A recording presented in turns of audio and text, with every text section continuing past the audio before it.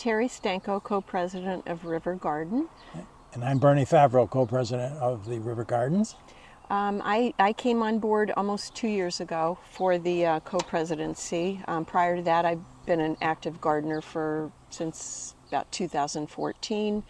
And I want to tell you about a little bit of the history of River Garden. On or around 1967, from what we can gather, River Garden was part of the Winship property, but due to the Pomperaug River flooding and overflowing its banks, this area was not deemed appropriate for residential property building.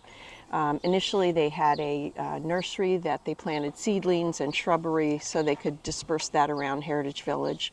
And then there was a villager named Pat Roberts. I don't know the year, but she spearheaded the community garden idea and approached the Paparazzos, who were the builders of Heritage Village, and asked them to set aside 5 to 6 acres for a community garden. They agreed. They added the water lines. They added our tool shed.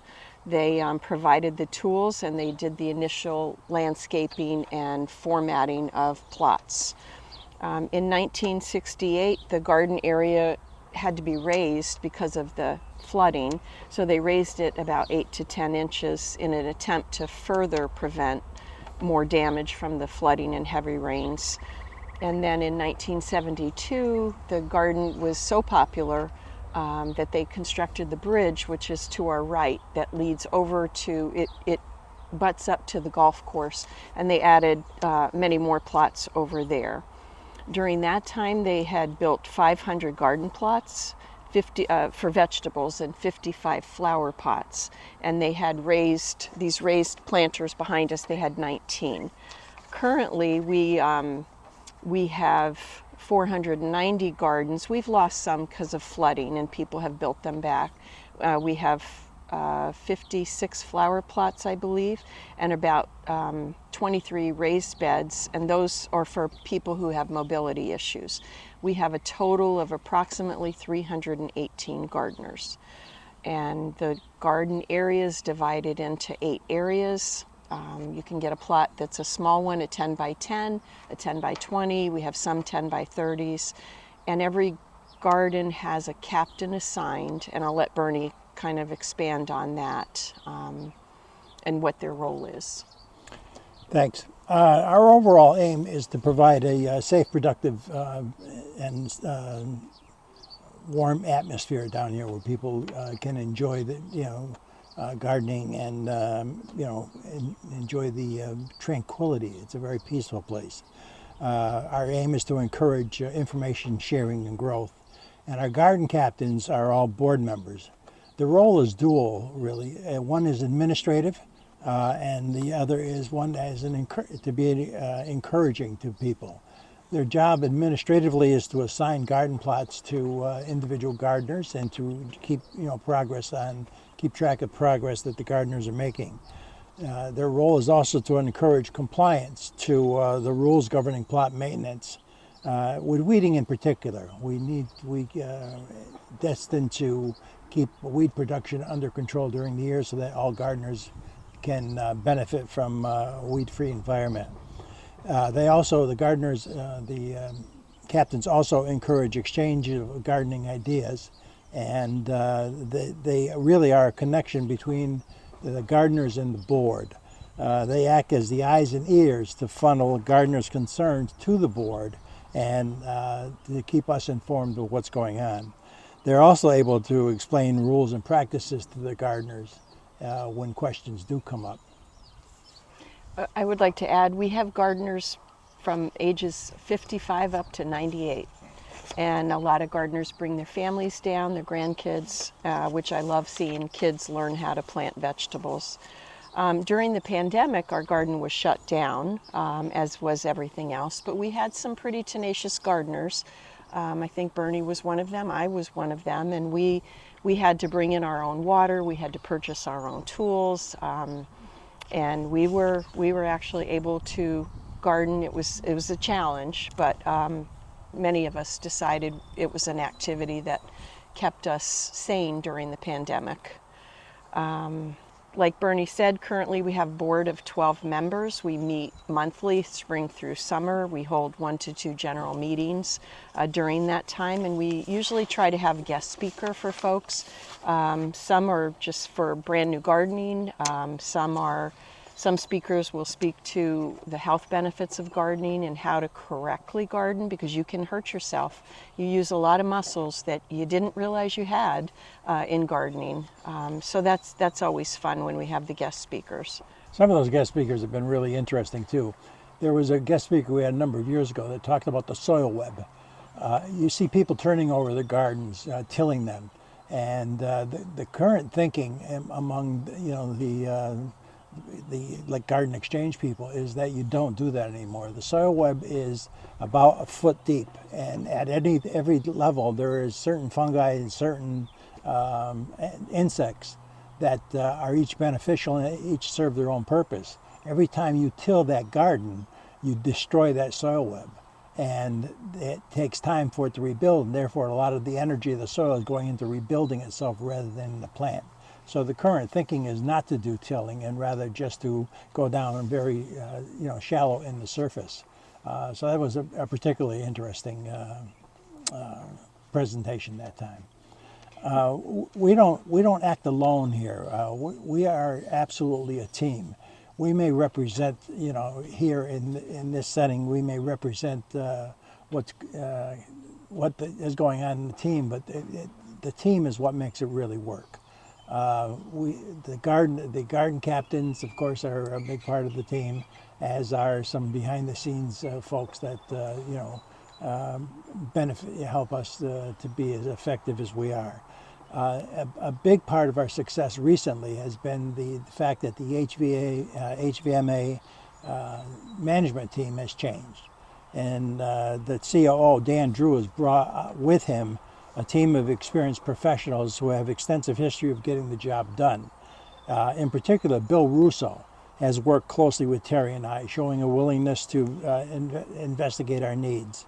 We've jointly created a list of things that needed to be done, to be addressed, and Bill has coordinated the resources to bring them all to completion very successfully, and it's been a boon to our existence down here. Tracy Ann Samuels, who oversees the village security efforts, has worked closely with us to improve the communication channels between security and our board. Security does do pass-throughs more readily down here, more often, and with a lookout toward security, people being secure, making sure that people aren't down, aren't injured, and also with an eye toward guarding our assets so that things don't get misappropriated. The current management team has helped us dramatically to improve what we're able to offer the gardeners in this community. And it aesthetically it looks so much better down here due to their help. We couldn't have done it without them, and the gardeners are constantly thanking us. And we want to just express we thank Heritage Village Management as well. We do have some upcoming events. We have a farmers market. What date is that? August? Farmers market is the 12th. The 12th. We August. have the River Garden Picnic, which is open to the village. That's on the 26th. Correct. And we'll have tickets we'll be purchasing tickets up at activities. If you are interested in getting a vegetable garden or a flower garden, there are still some available. You would tour the gardens, and if you see a bamboo stick with a little red tape on it, that would be available. And then on our bulletin board, we have what garden would be, you would contact which captain for each garden and give them a call. Registration is $10 for the first garden, and if you want a second one, it's $5 after that. So it's a pretty inexpensive venture, and I encourage people to join. And the way that works is what we're really doing is kind of leasing each plot for one season's use. And we do have a series of rules and procedures that we ask gardeners to follow in terms of planting and in terms of maintaining. And in the fall, we do a renewal meeting, which we will do this year on a date to be determined in September. And we will do a morning meeting and we will do an evening meeting to get as many people to renew ahead of time as possible. Renewals are contingent upon that gardener having been a responsible gardener, during that past year. And we do encourage people to improve their plots, whether it be fencing or whether it be posts or whether it might be trellises or whatever. The improvement of which will remain with the plot, whether they stay with the plot or not. A lot of folks down here, I've had few people call me asking if we are organic garden, and I have to tell them the truth that we try to be organic as much as we can. However, we have soil that it might not be organic. If you take over a garden that somebody had last year, they used pesticides. That makes it not organic. But we really do, for the most part, and I would say most of the gardeners really do try to grow organically. There are some critters bugs, especially like the potato beetle, it just doesn't respond to organic insect repellent. So some people turn to more, what's the right word? Aggressive methods yes. of removing those potato beetles. You can pick them off by hand. That's what we recommend. But so is it 100% organic? No, it's not. But we do try. A lot of people buy organic soil, organic plants. We're not without challenges in terms of pests too. Although deer are not really a problem. They'll occasionally come in and nibble on some of these green beans, but they're not. They don't devastate any plots. And raccoons can be a challenge if you're trying to grow corn. They're very much attracted. Raccoons are also very good at hollowing out your watermelon and your cantaloupe, leaving you with just the shell. Right when they're ready to pick. Yes. They Right know. when that thing is perfectly webbed cantaloupe and you're going to keep it one more day, that raccoon beats you to it every single time. And the other challenge down here is voles. We have voles down here which are, a rodent, and they tunnel through the gardens. And they're very successful at, they really enjoy eating the roots of the plants. So they'll eat the root, and all of a sudden you'll see a plant that isn't making it. And if you lift it up, you'll find out that it's root-free now. So that is a challenge to us. A number of years ago, the village had tried to do an extermination program. And we're actually looking into that again to see just exactly who did it, how they did it, and whether we can do it again.